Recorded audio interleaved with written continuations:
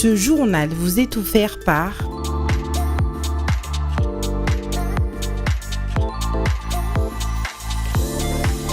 Biocar. Biocar, votre confort, notre priorité.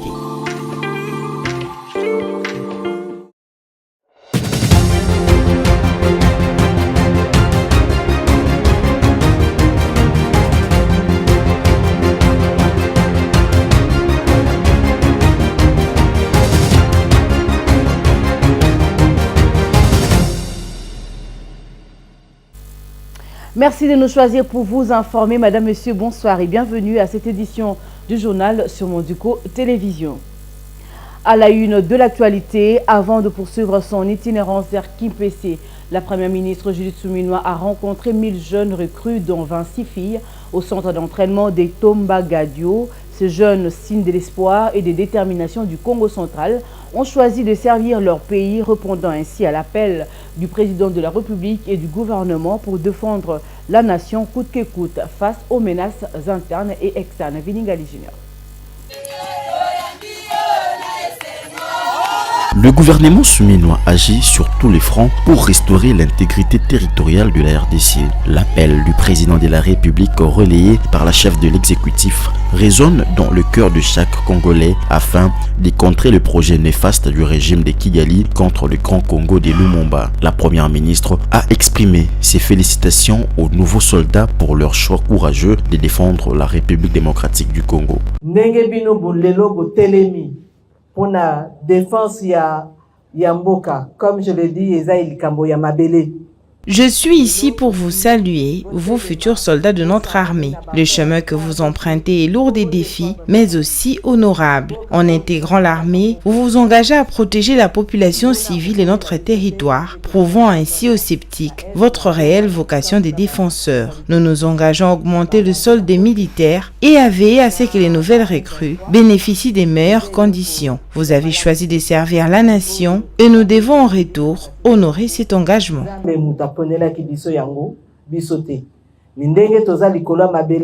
Ça veut dire que moko na moko esika yazali, il faut attendre à telema pour nous défendre mabele na biso. Le gouvernement met également l'accent sur la prise en charge de familles de militaires pour améliorer leurs conditions de vie. Cela inclut la réhabilitation des camps militaires, l'accès aux soins de santé et la formation des enfants. La chef de l'exécutif a ainsi instruit le ministre de la formation professionnelle de faciliter l'éducation des enfants de ceux qui défendent la RDC. Dans sa mission d'itinérance dans les Congo central, la chef du gouvernement est accompagnée des élus nationaux et du vice-premier ministre, ministre de l'économie Daniel Mokoko Samba, du ministre de l'Urbanisme et Habitat Crispin Badou et du ministre des Sports et Loisirs Didier Boudimbo.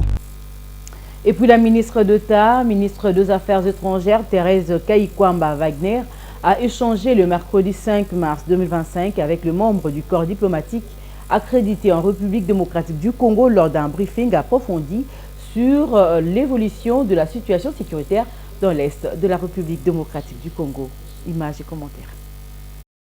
La ministre d'État, ministre des Affaires étrangères, Thérèse Kayikwamba Wagner, a échangé ce mercredi 5 mars 2025 avec le membre du corps diplomatique accrédité en République démocratique du Congo. Thérèse Kayikwamba a exprimé sa gratitude envers le corps diplomatique pour leur soutien indéfectible à la RDC en ces temps de crise, soulignant l'importance de la coopération internationale pour parvenir à une résolution durable des conflits. Elle a fait cette communication lors d'un briefing approfondi sur l'évolution de la situation sécuritaire dans l'Est de la RDC à l'intention du corps diplomatique accrédité à Kinshasa. À cette occasion, elle a salué les sanctions imposées par certains pays au Rwanda pour son implication dans la guerre qui dévaste l'Est de la RDC. Les États-Unis, le Canada, la Belgique, le Royaume-Uni, l'Union européenne ont sanctionné Kigali, exigeant le retrait immédiat des troupes rwandaises du sol congolais.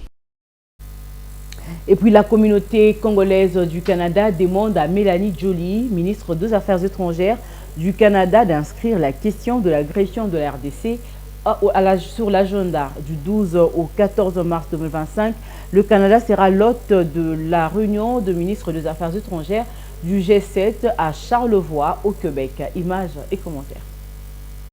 Du 12 au 14 mars 2025, le Canada sera l'hôte de la réunion de ministres des Affaires étrangères du G7 à Charlevoix, au Québec. Depuis la résurgence de la guerre en République démocratique du Congo, la communauté congolaise du Canada constate avec stupéfaction que le Canada est resté sourd-muet à l'horrible tragédie humaine qui s'est produite en RDC, alors qu'il est très actif à la situation similaire en Ukraine. En effet, le Canada ne peut pas prétendre qu'il n'a pas de moyens de son action, notamment dans ces deux pays de Grands Lacs africains en guerre, qui sont tous membres de plusieurs organisations internationales dont le Canada a de l'influence. Au sein de l'Organisation internationale de la francophonie, par exemple, le Canada est un membre influent qui apporte une contribution substantielle de plus de 40 millions chaque année. Mais force est de constater que le gouvernement canadien est resté silencieux face à un État membre qui agresse un autre État membre, en bafouant tout le principe et valeurs fondamentales de l'Organisation internationale de la francophonie, sans qu'il ne puisse élever sa voix pour dénoncer et condamner cette barbarie ignoble. Alors que plusieurs organisations internationales continentales et régionales, telles que les Nations Unies, qui ont convoqué 2 réunions du Conseil de sécurité en espace d'une semaine pour condamner ces comportements. L'Union européenne, l'Union africaine et plusieurs organisations régionales et sous-régionales en ont fait autant pour rechercher de voies et moyens pour solutionner cette crise qui a trop longtemps duré et a fait de millions de morts. Pour la RDC, la confirmation de la prochaine réunion de la conférence ministérielle de la francophonie au Rwanda, qui bafoue impunément les valeurs fondamentales de la francophonie, est perçue comme un soutien implicite de l'organisation à l'agression dont elle est victime par le Rwanda, et une humiliation qu'elle ne saura supporter. Elle a par ailleurs déjà renoncé à sa participation si un changement du pays hôte n'est pas fait. Parlons santé dans ce journal. Ouverture depuis le mercredi 5 mars 2025 à Kinshasa du 4e Forum national sur la vaccination et l'éradication de la poliomyélite. Placé sous le thème « Immunisation, nutrition et lutte contre les cancers du col utérin », ces travaux visent à réaffirmer l'engagement du gouvernement congolais et ses partenaires à renforcer la vaccination de routine et lutter contre la poliomyélite à travers une approche multisectorielle et inclusive. Le ministère de la Justice qui a représenté le chef de l'État a réaffirmé en son nom l'engagement de la RDC à acheter les vaccins pour sauver de vie, surtout des enfants. Ce parti pour le 4e Forum national sur la vaccination et l'éradication de la poliomyélite. Il sera question pendant ce forum de mobiliser l'ensemble des provinces de la RDC en les sensibilisant sur les enjeux cruciaux de la vaccination. Pour le ministre de la Santé publique, Hygiène et Prévoyance sociale, représentant le chef de l'État Félix Tshisekedi, le vaccin sauve des millions de vies et protège les enfants contre les maladies infectieuses dont la poliomyélite, la tuberculose, la rougeole. Sur terrain, malheureusement, des millions d'enfants ne sont pas vaccinés. En République démocratique du Congo, les taux de vaccination demeurent alarmants. 1 million d'enfants ne sont pas du tout vaccinés. 2 millions d'autres n'ont reçu que partiellement les doses nécessaires. Nous sommes encore loin de l'objectif de 90% de couverture vaccinale fixé par l'Organisation mondiale de la santé. Notre système vaccinal reste fragilisé par des défis structurels et contextuels comme le manque d'infrastructures, les conflits et la désinformation. C'est pourquoi ce 4e forum se tient sous le thème stratégique « L'immunisation, la nutrition et la lutte contre le cancer du col de l'utérus », car ces 3 volets sont indissociables pour bâtir une société en bonne santé et garantir un avenir prospère à notre nation. Numéro 1 de la santé, le pays a fourni beaucoup d'efforts pour relever les défis de la vaccination depuis l'accession du président de la République à la magistrature suprême, mais beaucoup reste à faire. Ainsi, il a réaffirmé l'engagement du gouvernement congolais à acheter les vaccins nécessaires à la bonne santé des enfants. Engage le gouvernement à libérer les financements nécessaires pour assurer la disponibilité continue des vaccins, suivre personnellement chaque trimestre les performances de la couverture vaccinale, renforcer le plan d'urgence pour la relance de la vaccination appelé plan Machako accélérer l'introduction du vaccin contre le cancer du col de l'utérus, créer un cadre provincial efficace pour la couverture santé universelle. Ces travaux se basent sur les échanges entre les différentes solutions pérennes aux défis de la vaccination et l'éradication de la poliomyélite en République démocratique du Congo. C'est plutôt le ministre de la Santé qui a représenté les chefs de l'État. Et en politique, les membres du sursaut national ont rendu visite aux honorables Jean-Marc Kabound Akaboun et Mike Mukebai, récemment libérés après une détention arbitraire orchestrée par le régime, disposé à réduire l'opposition au silence. C'est dans une déclaration qui Ados Ndombasi a dénoncé le maintien en détention de Jacques Ndala et Merdi Manzengo de l'envol et la persécution des opposants en RDC. Suivez son propos. Déclaration politique du sursaut national. Le sursaut national a tenu à rendre visite aux honorables Jean-Marc Kabound Akabound et Mike Mukebai, récemment libérés après une détention arbitraire orchestrée par un régime dont la seule obsession est de réduire l'opposition au silence. Nous nous réjouissons également de la libération de M. Seth Kikouni, mais nous refusons d'y voir un quelconque signe d'apaisement politique, car pendant que certains recouvrent la liberté, d'autres restent injustement enfermés. Ainsi, nous, membres du sursaut national, dénonçons ce qui suit. Le maintien en détention injustifié du camarade Jacques Ndala. Le cas de Jacques Ndala est l'illustration parfaite de la brutalité du régime contre toute voix dissidente. Victime de torture et de sévices en détention, il a eu le courage de dénoncer les atrocités lui infligées dans les cellules de l'Agence nationale de renseignement, ANER en sigle, en 2022. Au lieu de faire la lumière sur ces actes barbares, la justice, aux ordres du pouvoir, s'est acharnée contre lui, le condamnant injustement pour propagation de faux bruits. Pire encore, Madame Denise Mukendi, qui a publiquement avoué avoir commandité son agression, est aujourd'hui libre. Cette situation démontre l'injustice criante qui règne dans notre pays. Nous condamnons avec la plus grande fermeté l'arrestation injustifiée du camarade Merdi Manzengo, membre du parti Envol. Cette arrestation, motivée par l'abus de pouvoir d'un membre du gouvernement qui se croit tout permis, illustre encore une fois l'utilisation de la justice comme un instrument de terreur contre ceux qui refusent de cautionner les dérives de ce régime. Nous sommes aujourd'hui face à un régime dont l'unique obsession est de briser l'opposition par la peur, la répression et les arrestations arbitraires. Quiconque ose dénoncer les abus du pouvoir est immédiatement harcelé, réduit au silence ou jeté en prison sous des accusations fallacieuses. La démocratie ne peut survivre dans un climat de terreur et d'intimidation.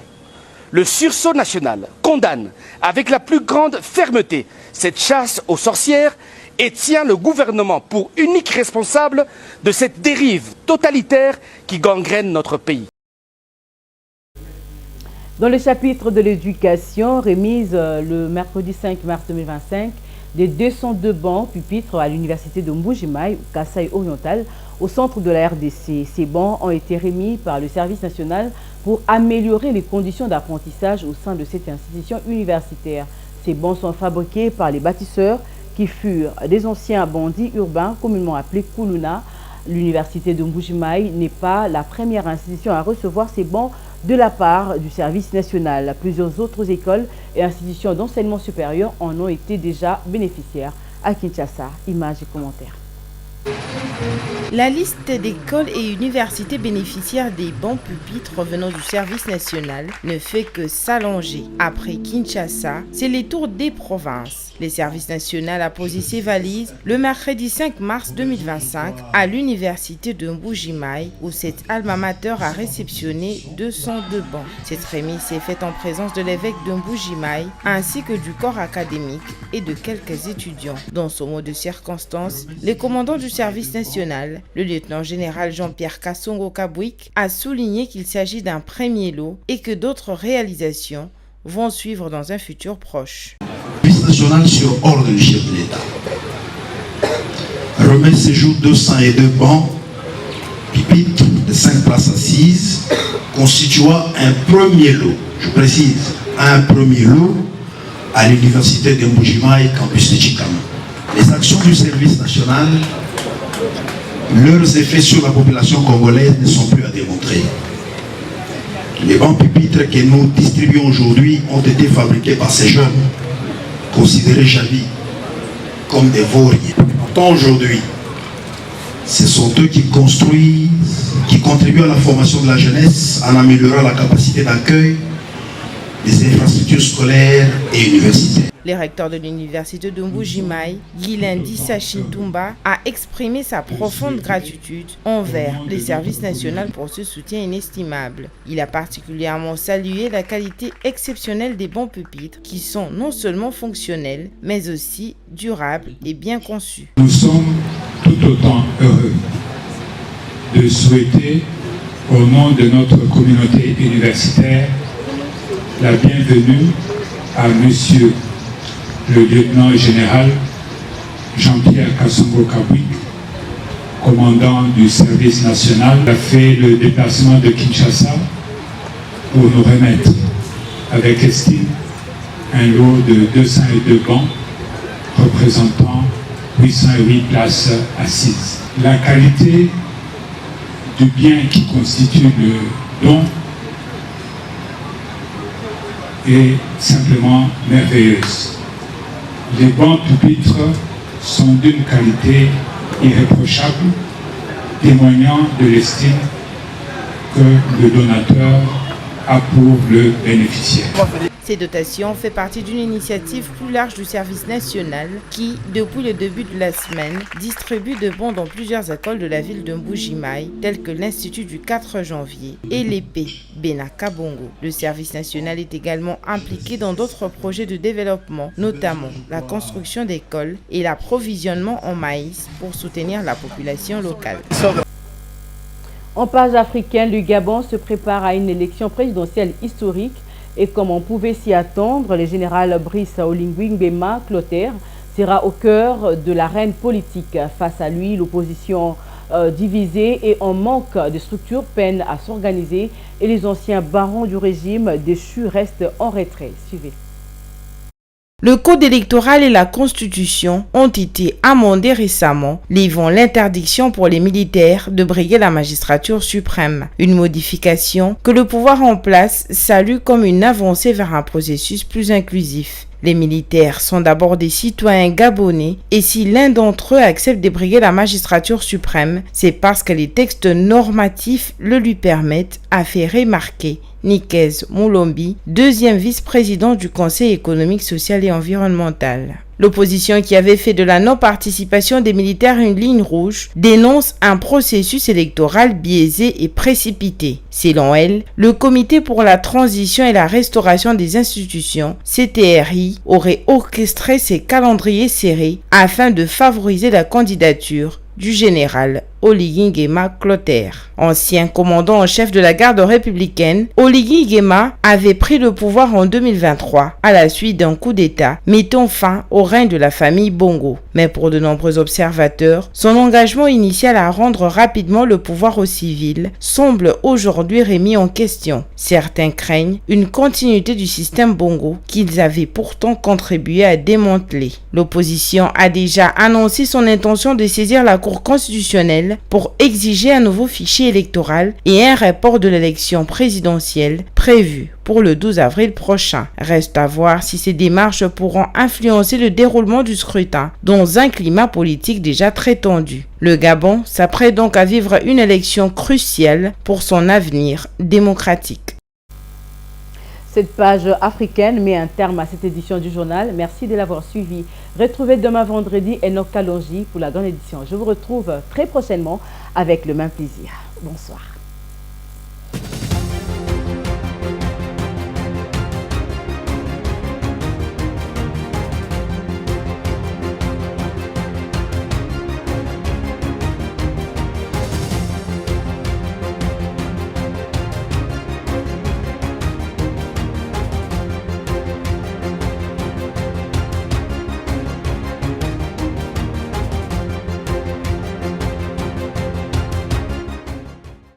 Ce journal vous a été offert par